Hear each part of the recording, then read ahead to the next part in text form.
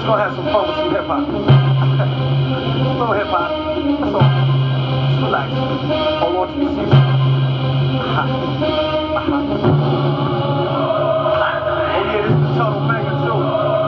Word it up. This is the total banger, baby. Hip hop style, baby. Y'all remember? By the beat of the march, when the pregnancy starts and your lady was center, let me L just enter. Duck catch a little bitch ass for frontin'. You 4'11" crackhead ass ain't hurting nothing. Nigga, you want the fame, now you famous. Okay, welcome to another edition of the Will Be Blood Fight Show. Your host Dave Buenas. Okay, guys, I got some breaking news. All right. First, I want to start off by saying this. You know, as a hardcore boxing fan, and all of you guys are hardcore boxing fans like myself, and like I've said before, the show has become more successful. Not just my show, a lot of other boxing shows like Budokai and Blood Boxing and etc. The magnitude that we're able to show with all of us and showing the views, we do make an impact on what is happening out there in the boxing community, okay? And one of the things that I like to say of why I'm saying this is because the fact that Margarito has now said he is going to fight Shane. The date is not yet set, but 99%, and I got a call back again from my resource, a very reliable resource, telling me the fight is on. Now, I want to clear something up also. You know, when I had posted about the cancellation of the bout between Margarito versus Mosley, you know, some folks thought that I was kind of downplaying Margarito for making his decision. First off,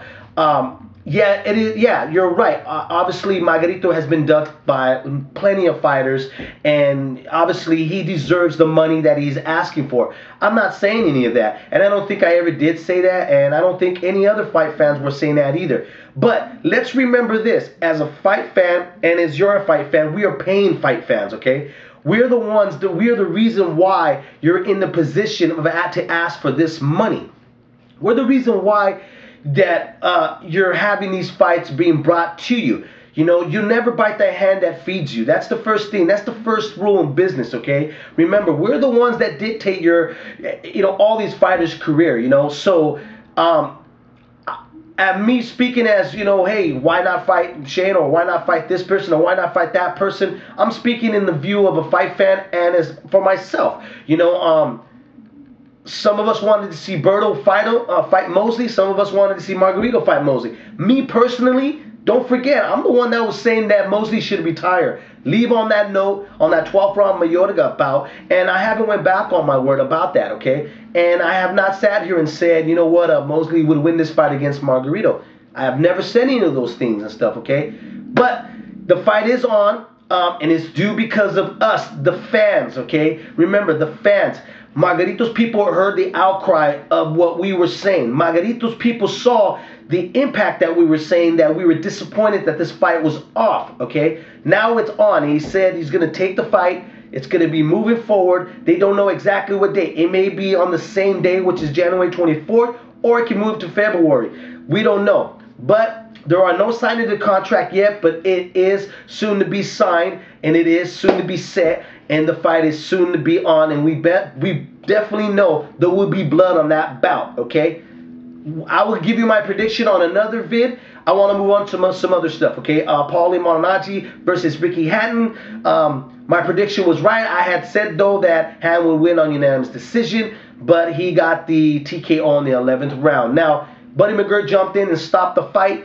Realistically, I thought that was the right thing to do because to me, it looked like the body shots had really taken out the legs of Paulie, and he was just getting some necessary beating that he really didn't need, okay? So, Hatton takes the fight, and, you know, he looked great in it. He looked strong. I saw the old Hatton. I really didn't see anything, you know, any changes with having Mayweather in his corner. You know, it's kind of really hard to change a fighter in his stage of career at his age, okay? But he was able to do what he needed to do and get his job done. Paulie, he's always a great warrior. Always fun to watch, in my opinion. Is his career over? Of course not. There's always somebody out there to challenge Paulie, and Paulie can always get himself back into the game, okay? He didn't take the beating that he did with Cotto, but he did take a good beating from Hatton. So that was great. Now, James Kirtland versus Brian Vera. Was the stoppage premature? No. If you watch the whole fight, Brian First off, he could take a good punch, but he's slow, you know, and he had his hands down the whole time through the whole bout, and he was taking a lot of shots. Yes, he could take a good shot, but how many of those headshots can he take where it can physically harm the kid, okay? So the ref stopping it at the time that it needed to be stopped, I was, you know, for it. I had said it should have stopped it earlier, you know. Why take these kind of beatings and stuff, you know? Just because you could take a punch like that and take a beating doesn't necessarily mean that you should take that, you know what I mean? And there's another day and stuff out there for him. I mean, he's a tough fighter, but sometimes, you know, and realistically, he's just too tough for his own good. Kirtland looking good. I think Stanimo on Kirtland's end was starting to show a little bit, you know. Maybe needs to step it up in his running regimen and stuff. But Ann Wolf is doing a great job with them, and she said all the right things, and you know that I was able to hear from her at the time when they would put the camera and the mic next to her. Now, I did interview Jack Mosley in his response about the Margarito and Paul Williams and the whole thing, okay? I went back there this Friday, and got the interview with him, so I'll post that up tonight, so tune in. Also, I got a special treat for everybody, okay? I interviewed Freddie Roach and Manny Pacquiao, okay? I'll be posting that up. I also interviewed Amir Khan. It was a special guest. I was lucky that he was there. I got him too. I also interviewed 24/7 crew, the series, the crew members out of that whole bunch, okay?